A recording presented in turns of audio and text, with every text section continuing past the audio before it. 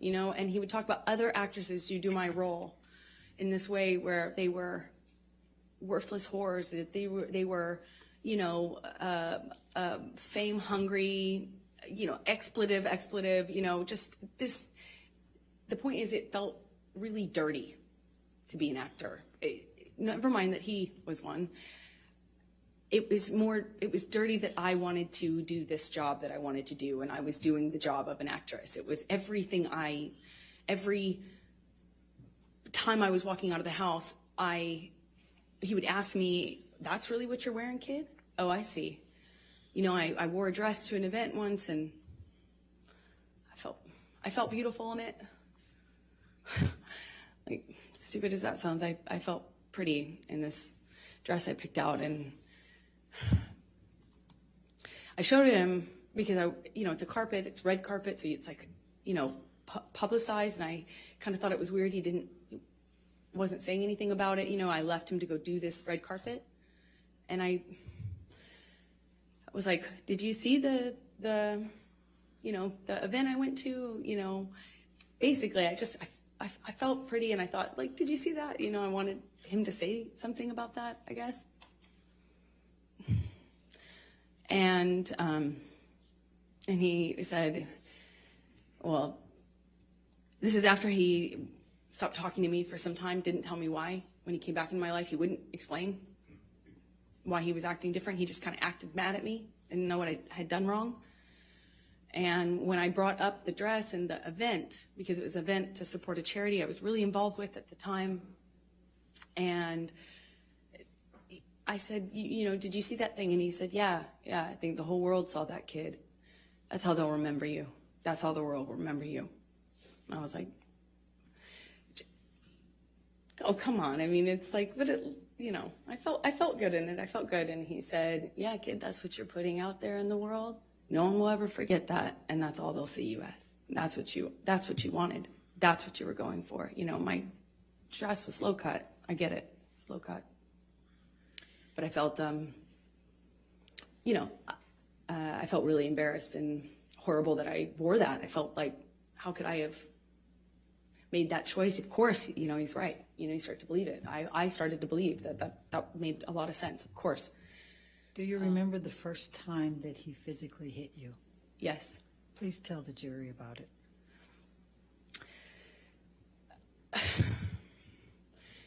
It was it's seemingly so stupid, so insignificant. I will never forget it. It changed my life. I was sitting on the couch, and we were talking. We were having a normal conversation, you know, just there was no fighting, no argument, nothing. And he was drinking, and I didn't realize at the time, but I think he was using cocaine because it was like there was a jar of cocaine out on the table. I realize that sounds weird, but it was like an actual vintage jar of it. But I didn't see him use it at the time, so I didn't really factor that in. I just, you know, he's drinking and we're talking, and there's music playing, and he's smoking cigarettes, and we're sitting next to each other on the couch. And I asked him about the tattoo he has on his arm. And to me, it just looked like black marks. I didn't know what it said. It just looked like muddled, faded tattoo that was hard to read. And I said, what does it say? And he said it says wino. It says wino. And I didn't see that. I thought he was joking because it didn't look like it said that at all. And I laughed. It was that simple. I just laughed because I thought he was joking. And slapped me across the face. And I laughed. I laughed because I didn't know what else to do. I thought, this must be a joke. This must be a joke. Because I didn't know what was going on. I just stared at him, kind of laughing still, thinking that he was going to start laughing too to tell me it was a joke. but he didn't. He said, "You think it's so funny. You think it's funny, bitch. You think you're a funny bitch." And he slapped me again. Like, it was clear it wasn't a joke anymore. And I stopped laughing, but I didn't know what else to do. You know,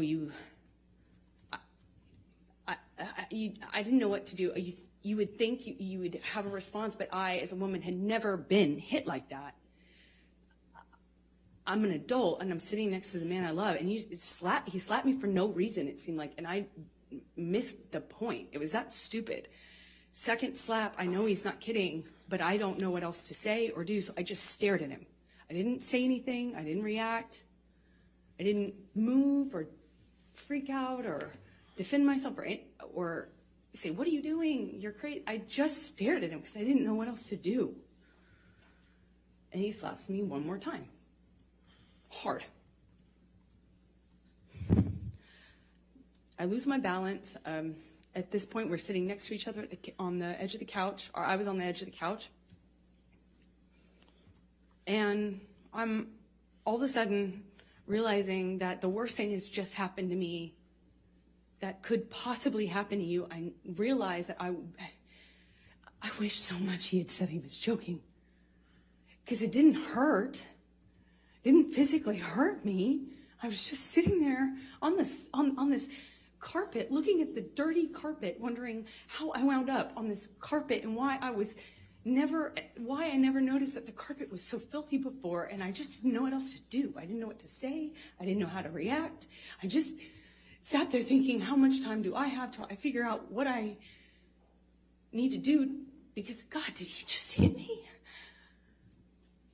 No, I didn't want to leave him. I didn't want this to be the reality. I didn't want to have the man I was in love with. I know you don't come back from that. You know, I'm not dumb. I know you can't hit a woman. You can't hit a man. You can't hit anyone. You can't just hit somebody because I knew it was wrong, and I knew that I had to leave him. And that's what broke my heart, because I didn't want to leave him. I thought if I got up out of that room, I would leave the best thing that ever happened to me. And I wish I could sit here and say I stood up and I walked out of that house and I drew a line and I stood up for myself. But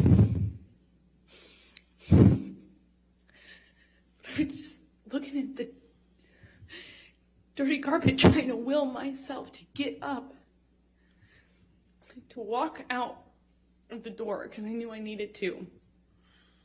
And I really slowly, I stood up, and I remember looking at him in the eye and just looking at him, frankly, because I didn't know what else to do. And before I know it, he starts crying. And, you know, like, I had never seen an adult man cry, and he's crying. Tears, I mean, just falling out of his eyes. He gets down on his knees, and he grabs my hands, and he's touching my hands, and he's saying to me, "I will never do that again. I'm so sorry, baby. I put the fucker away. I thought I killed it, and it's done. I thought I put the monster away, and I've done it before. It's done." But on his knees. And I didn't have words. I didn't know what to say. I just remember thinking that it was just, he was crying. He seemed so sorry, but I knew I couldn't just forgive him because that means it will happen again, no? And I got up in my car. I walked to the car. I didn't say anything. I made a point to not say, "Oh, it's okay," or anything like that. I just didn't say anything. I got up. I went to the car. I sat in my car. And I felt like I sat there forever. I didn't want to turn the key. I just leaned my head up against the window. And I remember just seeing my breath on the windshield, you know, on the glass of the window of the door, just seeing my breath and trying to will myself to have the strength to know what I should do in this moment, because I was heartbroken. And I sat there for a long time, and I eventually turned the key and drove home.